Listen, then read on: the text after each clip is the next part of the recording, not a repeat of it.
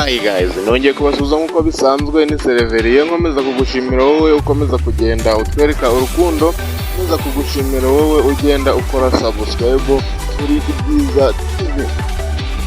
Uyu munsi mbazaniye amakuru avuga mu ikipe ya APR FC by'umwihariko nk'uko mwagiye mubinsaba abakunzi b'ikipe ya APR FC. Abakunzi b'ikipe ya APR FC mwagiye mukunda kunsaba amakuru avuga mu ikipe ya APR FC. Niyo mpamvu akenshi nzajya mbazaniye amakuru avuga mu ikipe ya APR FC kuko abakunzi b'ikipe ya APR FC abenshi bagiye munsaba amakuru avuga mu ikipe ya APR FC. Usanga no muri comment bagenda batubwira bati APR ihagaze bite, yacu ihagaze bite. Niyo mpamvu mutaje muri comment ngo tubwire amakuru ya ikipe yawe ukunda cyangwa se ushaka. Nzajya mbahanga amakuru y'abakunzi ba APR FC kuko niyo bansabye. Guys, reka amakuru yacu tuyahere mu ikipe ya APR FC, aho APR FC yatsinze Muhazi United ku munsi ku cyumweru igitego kimwe ku busa, ibona amanota 3 nanone y'ingenzi ku munsi wayo wa 10 Rwanda Premier League. Mu mukino ikipe ya APR FC yari yakiriye kuri Kigali Pele Stadium kuri uyu wa gatandatu tariki 23 z'ukwa 11 2024 guhera saa 12 z'umugoroba. APR FC yatangiye umukino igaragaza ko ishaka gutsinda, aho yahererekanyaga neza umupira ari nako isatira izamu rya Muhazi United. Icyakora amahirwe yo kuboneza umupira mu rushundura yakomeje kubura aho imipira imwe yagarurirwaga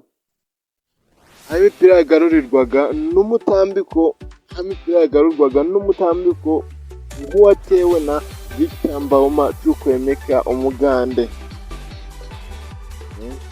Umukino waje guhinduka ku munota wa 39 ubwo Mugiraneza Frodoir yinjizaga igitego ari nacyo rukumbi cyabonetse muri uyu mukino.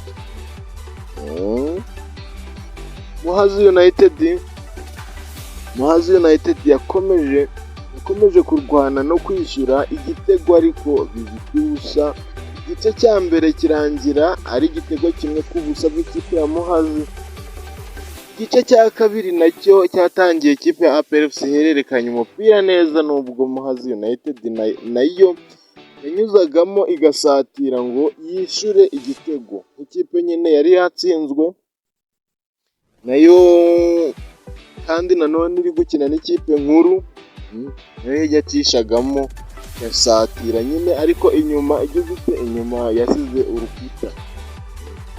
Umukino waje kurangira nta gihindutse, iyi kipe y'ingabo z'igihugu ya APR FC yegukana amanota 3 y'umunsi wa 10. Amanota 3 y'umunsi wa 10 aza yiyongera ku manota nanone yari iherutse kubona, aza yongera ku manota n'ubundi nanone yari iherutse kubona kuri match yari iheruka.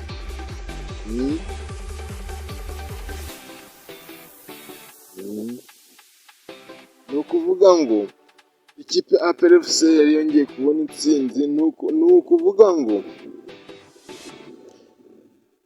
ku munota wa 50 Tuyisenge Arsene yazamukanye umupira imbere y'izamu rya Muhazi United. Umuzamu wa Muhazi United, n'abamyugariro bayo bakumbagara hasi nyuma yo kugarura amajoti ya Mugiraneza Frodoir na Clementina. Sero ekipe ya APR FC, umwe muri ba myugariro ikipe ya APR FC ifite uyu munsi bahagaze neza, ndetse nkeka ko ari no muri ba myugariro beza hano mu Rwanda. Ikipe ya APR FC kubona igitego byatumye isubira inyuma, ikina iri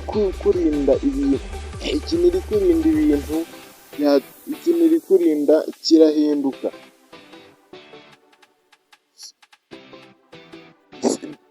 yakinnye nyine iyi kipe ya APR FCO n'igitego yatangiye gukina irimo kudefanda, byatumye umukino ugera ku munota 90 nta kirahinduka kuri Kigali Pele Stadium, maze abasifuzi bongeraho iminota 4 y'inyongera nayo yarangiye nta gihindutse.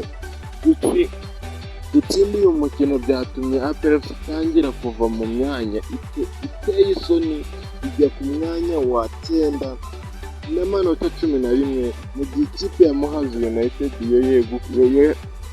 yo gutsindwa uyu mukino yatumye ifata umwanya wayo wa 10 n'amanota 10.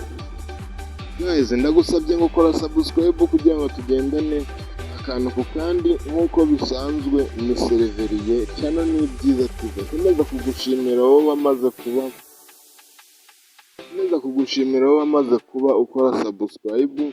Nanga mbanyurire no mu nkuru ziheruka aho umutoza mushya wa Manchester United yatangiye agorwa n'ikipe irwana no kutamanuka. Nayo nyahanyuriremo, ariko guys ndaza kuyabaha mu gihe gito kiri imbere. Wowe ndagusabye ngo kora subscribe nawe utarayikora, ubundi dukomeze kugendana akantu ku kandi. I love you so much, ndabakunda cyane.